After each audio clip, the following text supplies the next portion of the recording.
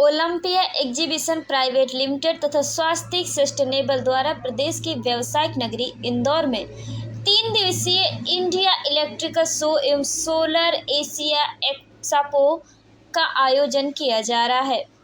संस्था के project head Lokesh Chaudhary ने बताया कि अर्बन हाट केसरबाग व राव इंदौर में आयोजित यह एक्सपो 21, 22 तथा 23 मार्च 2025 को 3 दिनों के लिए लगाया जा रहा है, जिसमें ऊर्जा क्रांति को ध्यान में रखते हुए भारतीय विद्युत उद्योग में नई संभावनाएं तलाशने के लिए अवसर उपलब्ध कराए जाएंगे। साथ ही इस ऊर्जा क्रांति का सीधा लाभ जन सामान्य को भी मिलेगा।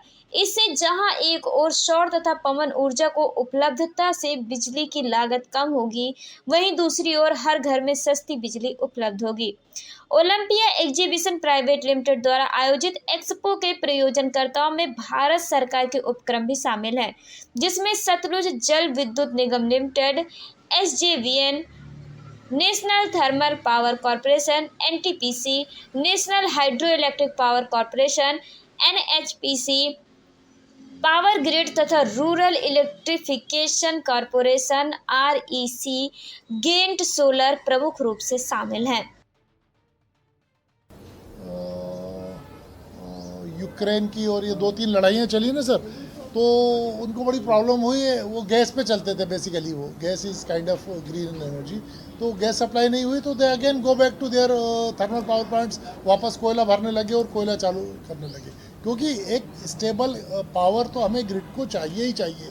ये इनफर्म पावर है, जब तक इसके बाद हम 100% स्टोरेज नहीं लाएंगे बैटरी का, तब तक ये ग्रिड को स्टेबलाइज नहीं करेगी। जब तक स्टेबलाइज नहीं करेगी, जब तक हम ब्लैक या ग्रे पावर से बाहर नहीं आ सकते पूरी तरीके से। मेरा तो सोचना है कि सरकार का ये जो सोलर रूफटॉप का योजना है, इसमें सरकार का बहुत स्पष्ट मत है कि आप कंज्यूमर रहें, सप्लायर ना बने। क्योंकि यदि आप इस सप्लायर बन जाएंगे ग्रिड को, तो ग्रिड की बहुत, देखिए हम इसको अपन लोग सोचते हैं कि वो ऐसा करते हैं, बेचते हैं सस्ती, लेकिन यदि डायनेमिक्स देखें, पूरा इंफ्रास्ट्रक्चर खड़ा है। यदि इसमें व्यवसाय का तत्व आ जाता है, तो आप ये मान लीजिए कि मैक्सिमम हाउस होल्ड भी व्यवसायी हो जाएंगे। तो ये एक्सेस है। हो जाने से सरकार को नुकसान क्या है?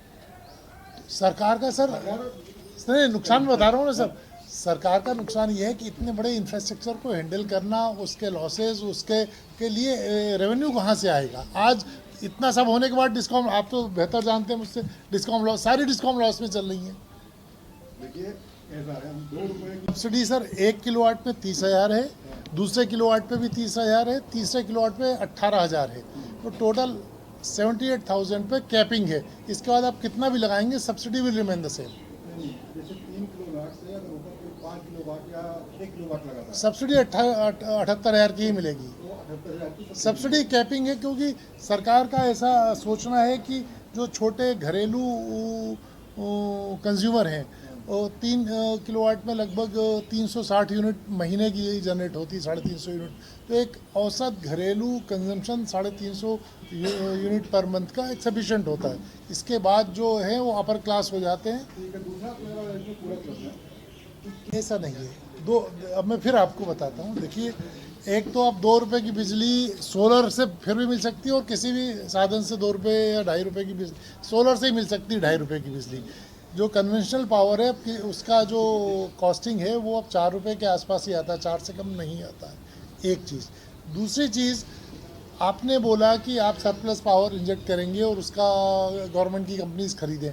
सर आपको मैं ये बताऊंगा कि डे टाइम में 11 बजे से 4 बजे तक ग्रिड में वैसे ही सरप्लस है, क्योंकि इतना सोलर हम लोग ले रहे हैं।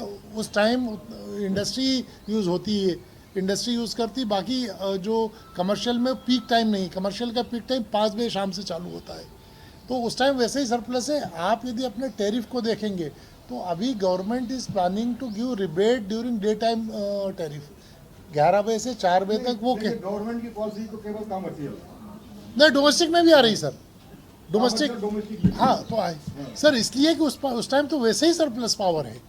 तो वो एनर्जी, इसको एनर्जी मैनेजमेंट कहते हैं, लोड शिफ्टिंग कहते हैं। जैसे आप वॉशिंग मशीन सुबह लगाते हैं, सुबह न लगा 11 बजे लगाएं।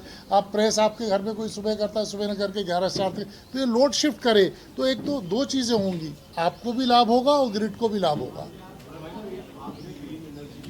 उद्देश्य जैसा कि बताया, ओलंपिया एग्जीबिशन प्राइवेट लिमिटेड की तरफ से इंदौर में 3 दिवसीय एक एग्जीबिशन का आयोजन किया जा रहा है, जिसका मूल है सोलर एनर्जी, ग्रीन एनर्जी को बढ़ावा देना और ऊर्जा दक्षता, जो इलेक्ट्रिकल अप्लायंसेज हैं उसमें ऊर्जा दक्षता को कैसे बढ़ावा दिया जा सकता है।